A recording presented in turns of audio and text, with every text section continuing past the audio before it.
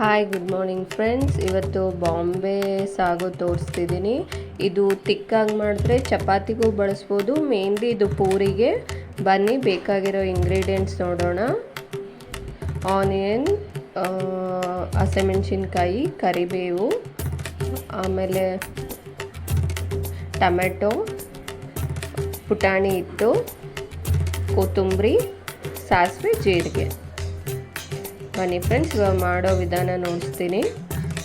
ಎಣ್ಣೆ ಹಾಕ್ಕೊಂಡು ಸ್ವಲ್ಪ ಜೀರಿಗೆ ಸಿಡಿದ ಮೇಲೆ ಸಾಸಿವೆ ಹಾಕೋಣ.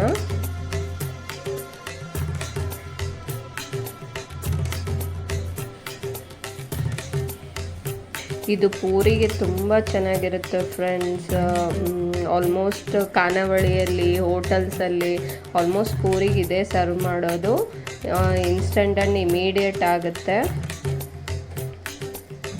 ಸಾಸಿವೆ ಜೀರಿಗೆ ಎಲ್ಲ ಸಿಡಿದ ಮೇಲೆ ಆನಿಯನ್ನು, ಹಸಿಮೆಣಸಿನ್ಕಾಯಿ, ಕರಿಬೇವು ಅಷ್ಟು ಹಾಕೊಳ್ಳೋಣ.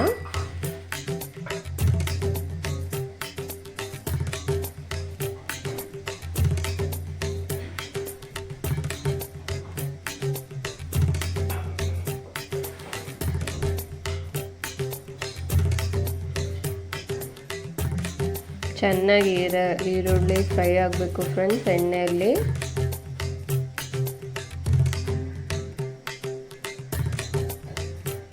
ಸ್ವಲ್ಪ ಅರಿಶಿನ ಹಾಕೋಣ. ತುಂಬ ಬೇಡ, ಲೈಟಾಗಿ ಆರೆಂಜ್ ಶೇಡ್ಗೆ ಹಾಕಬೇಕು ಅಷ್ಟೇ.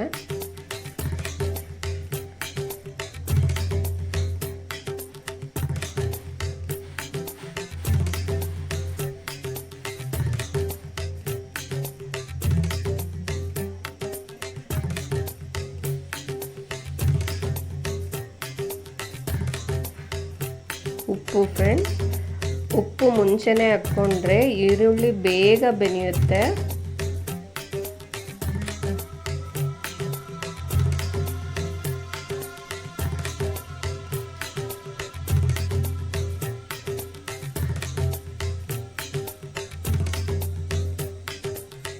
ನೋಡಿ, ನಾನು ಸ್ವಲ್ಪ ನೀರು ಕೂಡ ಆ್ಯಡ್ ಮಾಡ್ತಾ ಇದ್ದೀನಿ, ಜಲ್ದಿ ಬೆನೀಲಿ ಅಂತ. ಪ್ಲೇಟ್ ಮುಚ್ಚಿ ತೆಗೆದ್ರೆ ಇಷ್ಟು ಬೆಂದಿದೆ.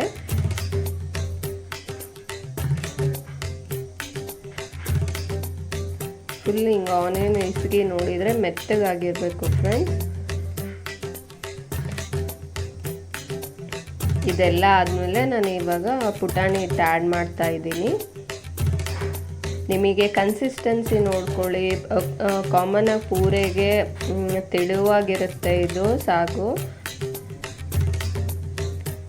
ಆಮೇಲೆ ನೀವು ಚಪಾತಿಗೂ ಮಾಡ್ಕೋಬೋದು. ಯಾವಾಗಾದರೂ ಮನೇಲಿ ವೆಜಿಟೇಬಲ್ಸ್ ಇಲ್ಲ ಅಂದರೆ ಇನ್ಸ್ಟಂಟ್ ಆನಿಯನ್ನು, ಟೊಮೆಟೊ, ಹಸಿಮೆಣಸಿನ್ಕಾಯಿ ಇದ್ದರೆ ಸಾಕು, ಇಮಿಡಿಯೇಟಾಗಿ ಆಗಿಬಿಡುತ್ತೆ. ಸ್ವಲ್ಪ ಥಿಕ್ನೆಸ್ ಇದ್ದರೆ ಚಪಾತಿ ಚೆನ್ನಾಗಿ ಆಲ್ಮೋಸ್ಟ್ ಪೂರಿಗೆ ತೆಳುವಾಗಿರಬೇಕು. ನಾನು ನೀರು ಆ್ಯಡ್ ಮಾಡ್ತಿದ್ದೀನಿ ನೋಡಿ, ಅಷ್ಟು ಕನ್ಸಿಸ್ಟೆನ್ಸಿಯಲ್ಲಿ ಬರಬೇಕು. ಅಷ್ಟು ಬರೋವರೆಗೂ ನೀರು ಆ್ಯಡ್ ಮಾಡ್ಕೊಳ್ಳಿ.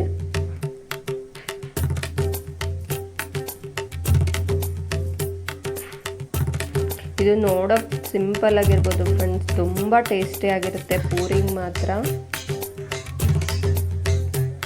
ಕೊತ್ತಂಬರಿ ಸ್ವಲ್ಪ ಆ್ಯಡ್ ಮಾಡಿದ್ದೀನಿ.